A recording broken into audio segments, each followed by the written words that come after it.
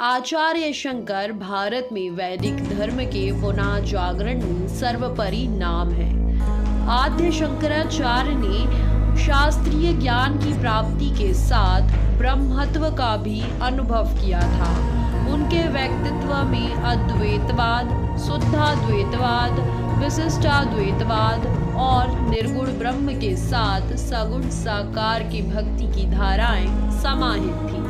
जीव ही ब्रह्म है, अन्य नहीं पर जोर देने वाले आदि शंकराचार्य ने ब्रह्म सत्य जगत मिथ्या का उद्घोष किया और बताया कि अद्वैत ज्ञान ही सभी साधनाओं की परम उपलब्धि है। और अभी इसी ज्ञान परंपरा को आगे बढ़ाते हुए मध्य प्रदेश सरकार द्वारा अद्वैत वेदांत को विश्व भर में फैलाने के लिए आद्य शंकराचार्य के तत्वबोध ग्रंथ को पढ़ाकर देश और विदेश के युवाओं को शंकर दूत बनाने के उद्देश्य से काम किया जा रहा है। शंकराचार्य जी का या उपनिषदों का जो एकात्मता का दर्शन है, जो अद्वैत दर्शन है, जो ब्रह्म दर्शन है, वह ब्रह्म ज्ञान जन जन तक पहुँचे, हर एक व्यक्ति तक पहुँचे।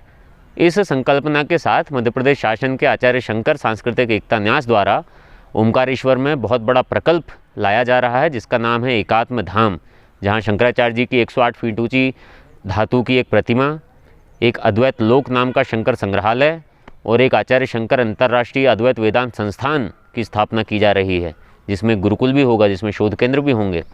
तो यदि आपको वेदांत को समझना है, जानना है, बच्चों को दिखाना है, उस पर शोध करना है, उस पर ध्यान करना है, उस पर साधना करनी है, उसका अनुभूति करना है, अपने बच्चों को दिखाना है, बचपन से 55 तक किसी को भी वेदांत समझना है, विश्व के किसी भी व्यक्ति को, तो वो ओमकारेश्वर आएगा। वैश्विक एकात्मता का केंद्र बनने जा रहा है ओमकारेश्वर। और इसके अतिरिक्त आचार्य शंकर सांस्कृतिक एकता न्यास संस्कृति विभाग मध्य प्रदेश शासन द्वारा युवाओं के माध्यम से वेदांत का प्रचार करने के उद्देश्य से आचार्य शंकर सांस्कृतिक एकता न्यास के द्वारा अद्वैत यूथ कैंप वेदांत युवा शिविर का भी आयोजन किया जाता है। साल 2023 में शंकर दूत की परंपरा को आगे बढ़ाते हुए पहला शिविर गुजरात अहमदाबाद और दूसरा शिविर हिमाचल प्रदेश सिद्धवाड़ी में आयोजित किया गया। गुजरात शिविर में स्वामी परमात्मानंद सरस्वती द्वारा तत्वबोध ग्रंथ का अध्ययन शिविरार्थियों को करवाया गया।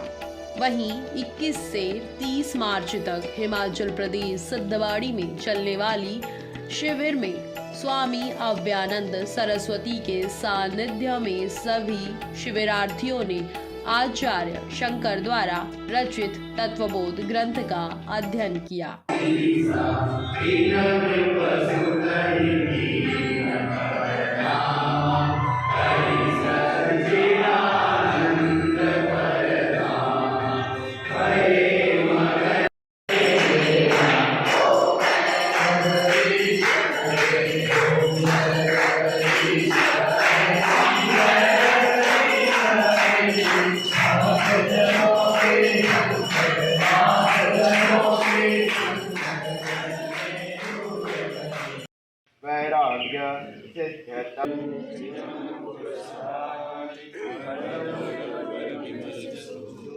आचार्य शंकर ने मात्र 32 वर्ष की अल्पायु में देश को एक सूत्र में पिरोने और वैदिक धर्म के प्रचार प्रसार के लिए जो कार्य किया वह अनुपम है।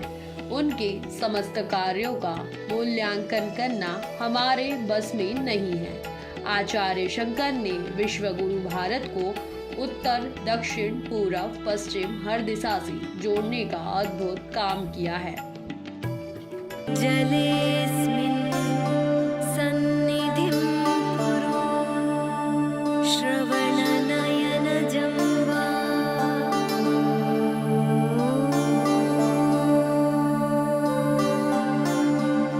बुद्ध्यात्मना वा कायेन वाचा मनसेन्द्रियैर्वा सकलम्। आचार्य शंकर के जीवन को नजदीक से समझने और तत्वबोध आत्मबोध ग्रंथ के लोकव्यापीकरण करने के लिए आचार्य शंकर सांस्कृतिक न्यास मध्य प्रदेश सरकार द्वारा लगातार कार्यरत है। इसी कड़ी में इस साल तत्वबोध ग्रंथ के 2 शिविर अहमदाबाद और सिद्धवाड़ी में संपन्न हुए। आत्मबोध ग्रंथ का शिविर आचार्य शंकर की जन्मस्थली केरल में आयोजित होगा, जहां देश भर से 50 लोग शंकर दूत परंपरा का हिस्सा बनेंगे और आत्मबोध ग्रंथ का अध्ययन कर शंकर दूत बनेंगे।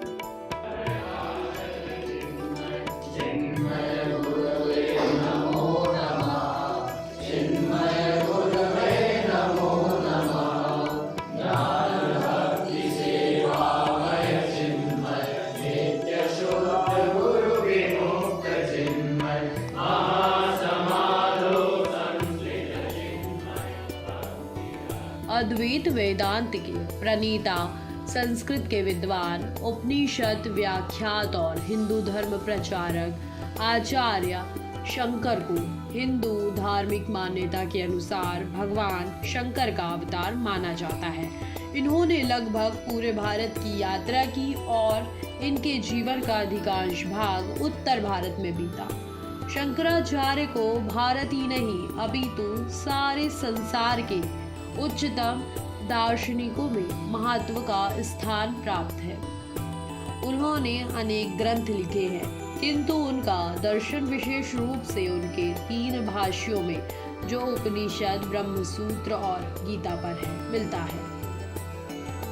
गीता और ब्रह्मसूत्र पर अन्य आचार्यों के भी भाष्य हैं, परंतु उपनिषद पर समान्वयात्मक भाष्य जैसा शंकराचार्य का है वैसा अन्य किसी का नहीं है। श्रुति स्मृति पुराणानाम आलयम करुणालयम नमामि भगवत्पाद शंकरम लोकशंकरम। हरिओम। भगवान आदि शंकराचार्य हर ज्ञान के उपासक के लिए अत्यंत प्रसिद्ध है। उनका जन्म केरल में वेलियनाड में हुआ था और बचपन से ही बड़े तेजस्वी थे। 8 वर्ष की आयु में माँ से अनुमति लेकर संन्यास ग्रहण किया। वो कथा भी बड़ी रोचक है।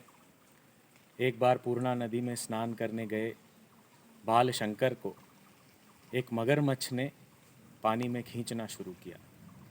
इस आपातकाल में माँ से अनुमति लेकर आपत संन्यास उन्होंने स्वयं ग्रहण किया और जब माँ ने कहा, ये चिंता व्यक्त की कि मेरे अंतिम काल में कौन रहेगा मेरे पास, तब बाल शंकर ने वचन दिया कि मैं स्वयं आपके अंतिम काल में आपके पास ही रहूँगा। ये वचन देकर उत्तर की ओर चल दिए। भारतीय संस्कृति की दुर्गति जगह जगह देखने को मिली और कई जगहों पर संस्कृति की वजह से लोगों का जैसे उत्थान हो रहा है, ये भी उन्होंने देखा।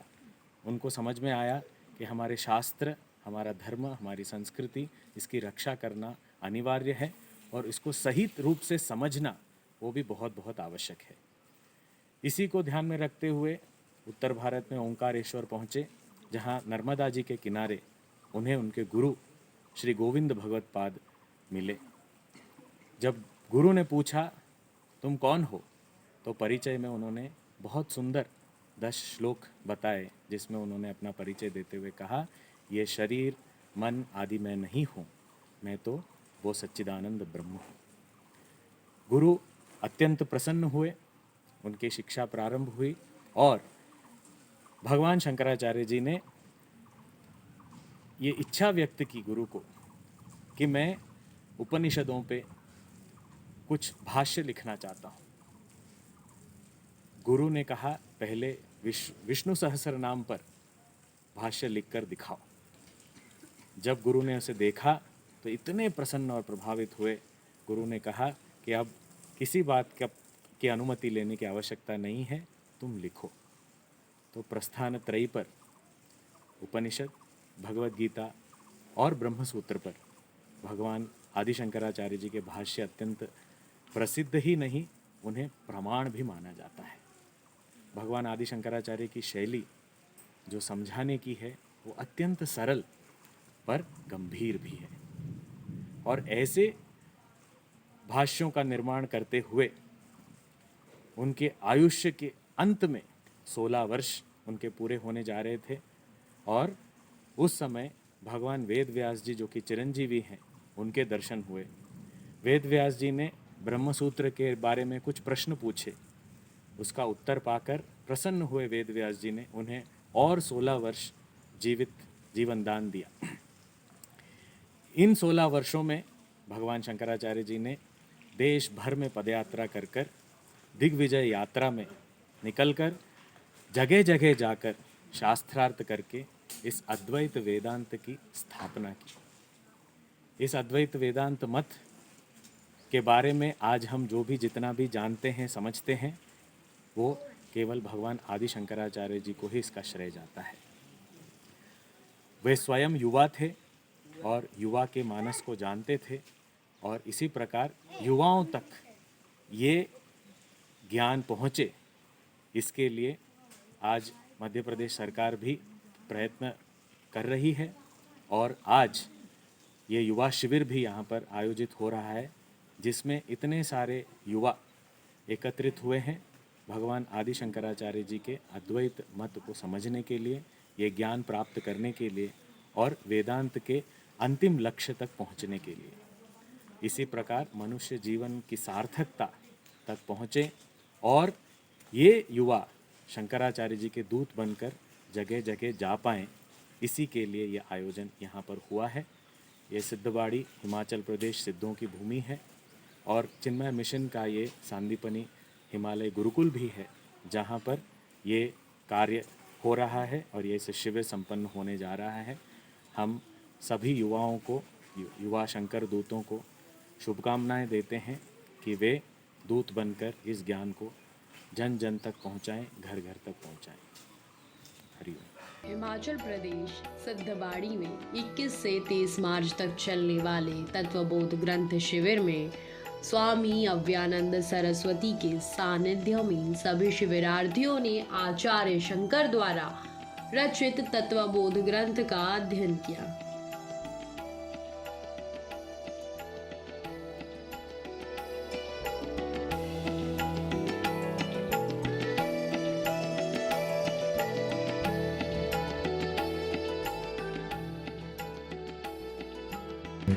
क्या विकास नहीं होता क्या?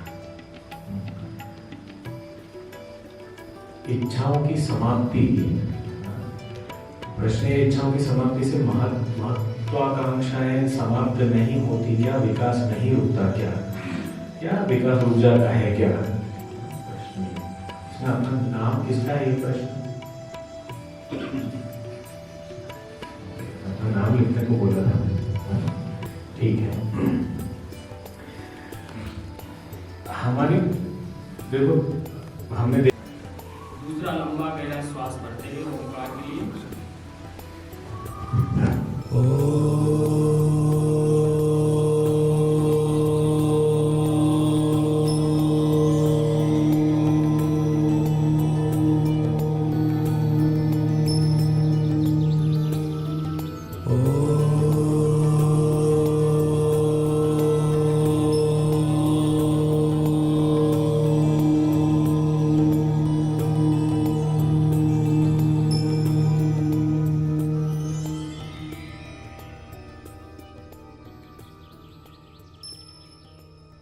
शिविर में सभी शिविरार्थियों के दिन की शुरुआत ब्रह्म मुहूर्त में सुबह 5 बजे उठकर दैनिक दिनचर्या से निवृत्त होकर स्वामी चिन्मयानंद जी के समाधि स्थल पर पहुंचकर पूजन अर्चना में शामिल होना था।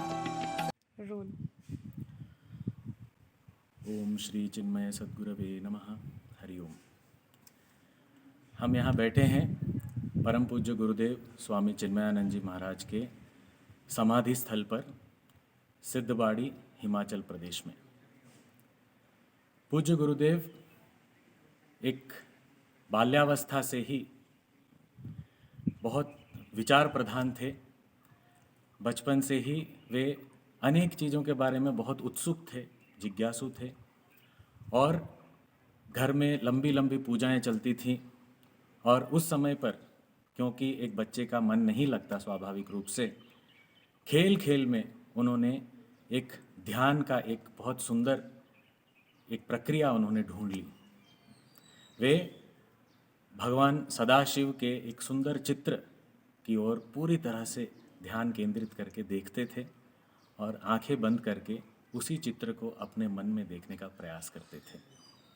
यही उनका खेल होता था, जिससे कि वे घंटों तक लंबी पूजाएं जो चलती थी उसमें बैठ पाए। ये उनके साधना के जो बाल्यावस्था में ही बीज बोए गए थे, जिससे वो स्वयं भी शायद अनभिज्ञ थे। जैसे जैसे युवा हुए, उन्होंने स्वतंत्रता संग्राम में भी, देश की आज़ादी की लड़ाई में भी भाग लिया। भारत छोड़ो आंदोलन में सक्रिय थे। उस समय पर उन्हें जेल में भी कैद किया गया। उन पर काफ़ी जेल में अत्याचार भी हुए और इन सब में अंग्रेज़ों के खिलाफ भी निडरता से आवाज़ उठाकर वे विजयी हुए। और जेल से उन्हें निमोनिया होने की वजह से एक दिन बाहर छोड़ दिया गया था। एक अंग्रेज़ महिला वहाँ से गुज़र रही थी भारतीय पर क्रिश्चियन थी, बाहर से आई हुई थी। वे वहाँ से गुज़र रही थी और उन्होंने गुरुदेव को देखा। उन्हें अपना पुत्र याद आ गया और उनको लेकर अपने घर गई और उनकी जान बचाई। पूज्य गुरुदेव आज भी कहते हैं कि उनके पुत्र की नाक और मेरी नाक मिलती जुलती थी, इसीलिए मेरी नाक ने मेरी जान बचाई उस रात को। इस प्रकार जब प्राण बचे तो उन्होंने सोचा कि अब ये जीवन दान मिला है, उसका और भी सदुपयोग होना चाहिए। वे फिर एक पत्रकार का जॉब लेकर उन्होंने डेक्कन हेरल्ड में, ट्रिब्यून में, अनेक ऐसे जो वार्तापत्रों में उन्होंने जॉब किया। और खोज, उनके बचपन से ही जो आदत थी वही खोज उन्होंने जारी रखी। जब उन्होंने देखा कि साधु सन्यासी समाज में घूम रहे हैं और कई तरह से ढोंगी भी लोग हैं, तो उनको देखकर उनकी इच्छा हुई कि ये साधु सन्यासियों का भांडा फोड़ना चाहिए, ये समाज पर एक दीमक की तरह लगे हुए हैं। तो चले गए वो श्री स्वामी शिवानंद जी महाराज के पास ऋषिकेश। वहाँ पर जब स्वामी जी को देखा, उनकी दिनचर्या देखी, उनका स्वाध्याय सेवा की प्रवृत्तियाँ देखी, तो अत्यंत प्रभावित हुए और सन्यासियों का पर्दाफाश करने गए गुरुदेव स्वयं सन्यासी हो गए। स्वामी शिवानंद जी महाराज ने उन्हें नाम दिया स्वामी चिन्मयानंद सरस्वती। उनकी जिज्ञासा शास्त्र पढ़ने की खूब थी, इसीलिए स्वामी शिवानंद जी ने कहा कि उन्हें स्रोत से पढ़ने के लिए स्वामी तपोवन जी महाराज, जिन्हें हिमवत विभूति कहा जाता है, उनके पास उत्तरकाशी भेजा। स्वामी तपोवन जी महाराज बड़े तपस्वी थे और बहुत कड़े भी थे। वो गए तो तपोवन जी महाराज ने कहा, तुम कोई चिट्ठी नहीं लाए, प्रमाण क्या है कि स्वामी शिवानंद जी ने तुम्हें भेजा है? वे वापस आए, चिट्ठी लेकर वापस लौटे तो उस चिट्ठी को देखा तक नहीं। तपोवन जी महाराज ने कहा कि अब हम अपना अध्ययन शुरू करेंगे। ये केवल एक श्रद्धा की परीक्षा मात्र थी, जिसमें पूज्य गुरुदेव उत्तीर्ण हुए। स्वामी तपोवन जी महाराज के पास रहकर कई सारे ऐसे अलौकिक अनुभव पूज्य गुरुदेव को हुए। शास्त्रों का अध्ययन संपन्न किया और उसके बाद माँ गंगा की प्रभा को देखकर उनके मन में एक तीव्र उत्कंठा जागी कि जैसे माँ गंगा हिमालय के शुद्ध वातावरण को छोड़कर नीचे भूमि में जाकर समाज की सेवा कर रही हैं, इसी प्रकार ये ज्ञान गंगा भी हिमालय में सीमित नहीं रहनी चाहिए। उनकी उत्कंठा को व्यक्त किया उन्होंने गुरु के पास। पहले तो स्वामी तपोवन जी महाराज ने मना कर दिया, पर उनके उत्साह को देखकर स्वामी तपोवन जी महाराज ने कहा, जाओ थोड़ी पदयात्रा करो, देखो, और यदि तुम्हारे प्रथम प्रवचन में 4 लोग भी आ जाएं तो मानो कि तुम सफल हो जाओ। तो इसी आशीर्वाद के साथ स्वामी शिवानंद जी महाराज के भी आशीर्वाद प्राप्त किए और चल दिए, पुणे पहुंच गए। पुणे में एक गणेश मंदिर में जाकर उन्होंने ये कार्य प्रारंभ किया और वहाँ पर 3 श्रोता आए थे। पूज्य गुरुदेव अति प्रसन्न हुए और उन्होंने कहा कि मेरे गुरु का आशीर्वाद मेरे साथ है, क्योंकि वक्ता को गिन के 4 लोग हैं। तो इस प्रकार उनकी यात्रा ये 4 से शुरू होकर लाखों तक पहुंची और उनके ज्ञान यज्ञ, उपनिषद, भगवद गीता इत्यादि पर विश्व भर में होने लगे। और ये सब आयोजन होते होते चिन्मय मिशन की स्थापना हुई, अनेकों आश्रम, मंदिर, केंद्रों का निर्माण हुआ और समाज के लिए सब प्रकार के प्रवृत्तियाँ, सामाजिक, शैक्षणिक, आध्यात्मिक सब प्रकार की प्रवृत्तियों का आरंभ किया। ग्रामीण विकास का कार्य भी आरंभ किया और ये 2 साल के लिए आवासीय वेदांत कोर्स जो संदीपनी गुरुकुल में होते हैं ये भी जगह जगह स्थापित किए। और इस प्रकार सभी वय वर्गों के लिए पूज्य गुरुदेव ने प्रवृत्तियाँ शुरू की, जिससे कि सभी को आध्यात्मिक मार्गदर्शन मिल सके और जीवन के हर आयाम में उन्हें सहायता दी जा सके। आज हम जिस स्थान पर बैठे हैं वो पूज्य गुरुदेव की तपोभूमि है, सिद्धों की भूमि सिद्धबाड़ी है, जहाँ पर उनकी भू समाधि मेरे पीछे है और वहाँ रहकर विश्व भर में वो ये कार्य के लिए प्रेरणा के स्रोत हैं। और ये चिन्मय मिशन का ही नहीं, विश्व भर के साधकों के लिए एक बहुत महत्वपूर्ण तीर्थ स्थान है। हम उन्हें बार बार नमन करते हैं और उनसे आशीर्वाद चाहते हैं कि हम भी समाज की इसी प्रकार सेवा अविरत करते रहें। सभी शिविरार्थी सुबह 5:45 से 6:15 तक तत्कालीन होकर पूजन अर्चना करते थे। आरती के पश्चात सभी शिविरार्थी सुबह 6:30 से 7 बजे तक योग अध्ययन और प्राणायाम करते थे, जिसमें प्रशिक्षित योग शिक्षक द्वारा सभी शिविरार्थियों को योग और प्राणायाम का अभ्यास कराया जाता था। आपको हल्का सा बैठे, एकदम स्टिक नहीं है, सीधा सीधा, ठीक है। अब सीढ़ी की तरफ नहीं, नाभि से नीचे का हिस्से को नहीं उठाना है। क्लियर है? किसी को डाउट है? 8 और बता। अब 8 में क्या है? सीधा उठे थोड़ा से। अब जो किसी का पैर जमीन पे नहीं टिकता है पूरा पूरा, ठीक है, वो धीरे धीरे टिकेगा। जिसका टिकता है ठीक है, जिसका नहीं टिकता है कोई बात नहीं, पर अगर पैर जमीन पे पूरा टिक रहे तो अच्छा है, ठीक है। और दोनों हाथ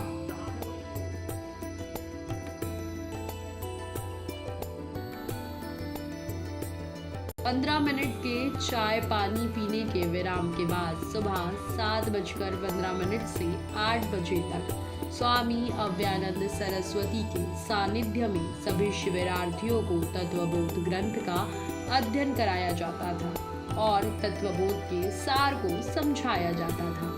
सभी युवा शिविरार्थियों को पूज्य स्वामी अव्यानंद सरस्वती महाराज के सानिध्य में तत्वबोध ग्रंथ के अध्ययन के साथ ही मन में उठने वाले सभी प्रश्नों का उचित उत्तर दिया जाता था। होते हुए भी नहीं खाए वो तपस होता है। यदि वो भूखा है तो उसमें तपस की शक्ति नहीं होती, पर यदि उसे पता है कि तपस से ही प्रतीक्षा आएगी तो वह प्रतीक्षा कैसे प्राप्त करेगा। तो केवल भूखा रहना ही तपस नहीं होता।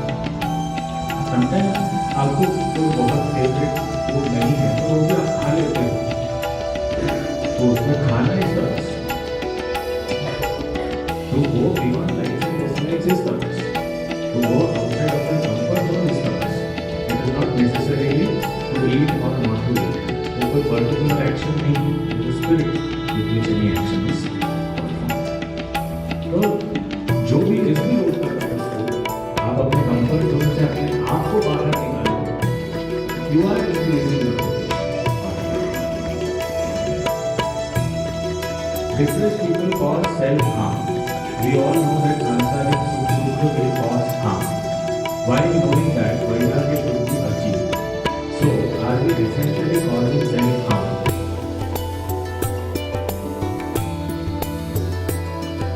इसके पश्चात 8:30 से 9 बजे तक सभी शिविरार्थी सुबह का अल्पाहार ग्रहण करते थे और पुनः एक बार फिर से 10 बजे से लेकर 11 बजे तक तत्वबोध की कक्षा में उपस्थित होते थे। तत्वबोध ग्रंथ की दूसरी कक्षा में अध्ययन के बाद सभी शिविरार्थी समूह चर्चा करते थे।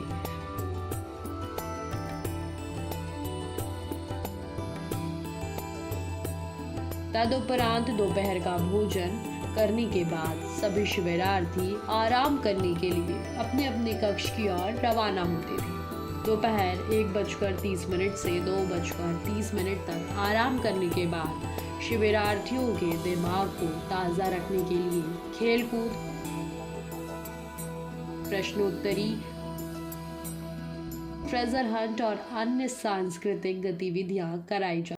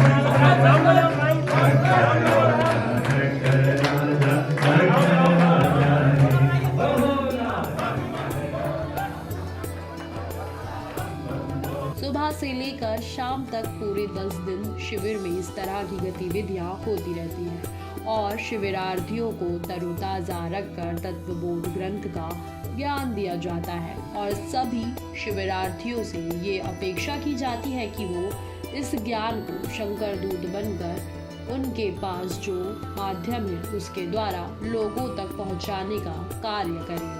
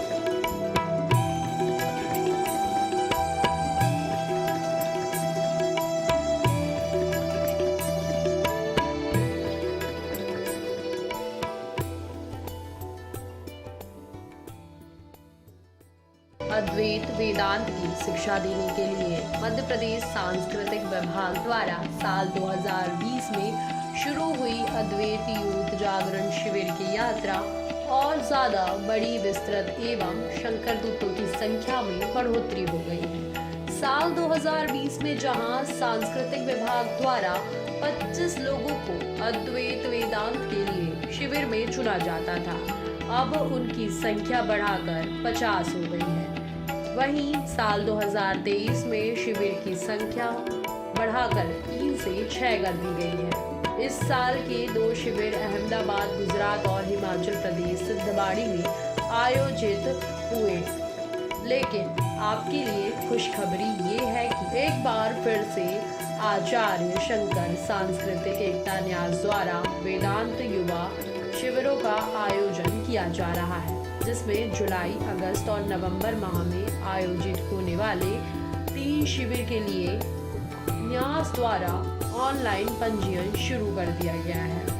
इन शिविरों में 18 से 40 आयु वर्ग के युवा निःशुल्क पंजीयन करा सकते हैं। यह शिविर 10 दिवसीय होते हैं, जिनमें पारंपरिक आश्रम में गुरुकुल पद्धति से विद्वान संतों के मार्गदर्शन में युवा को वेदांत का स्वाध्याय, योग, भ्रमण आदि कराया जाता है।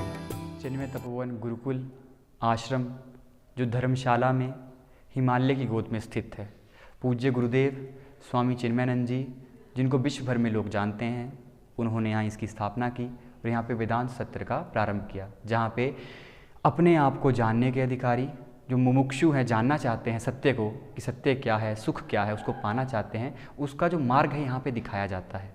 तो वेदांत सत्र गुरुदेव के द्वारा स्थापित इस सेंटर में और उन्हीं के द्वारा पूज्य गुरु जी को निर्देश दिया गया। पूज्य गुरु जी स्वामी तेजोबयानंद जी जो चिन्मय मिशन के हेड रह चुके हैं, ग्लोबल हेड, और हमारे सबके आदरणीय और पूज्य गुरुदेव के उत्तराधिकारी हैं, उन्होंने यहाँ पे पहला वेदांत सत्र प्रारंभ किया।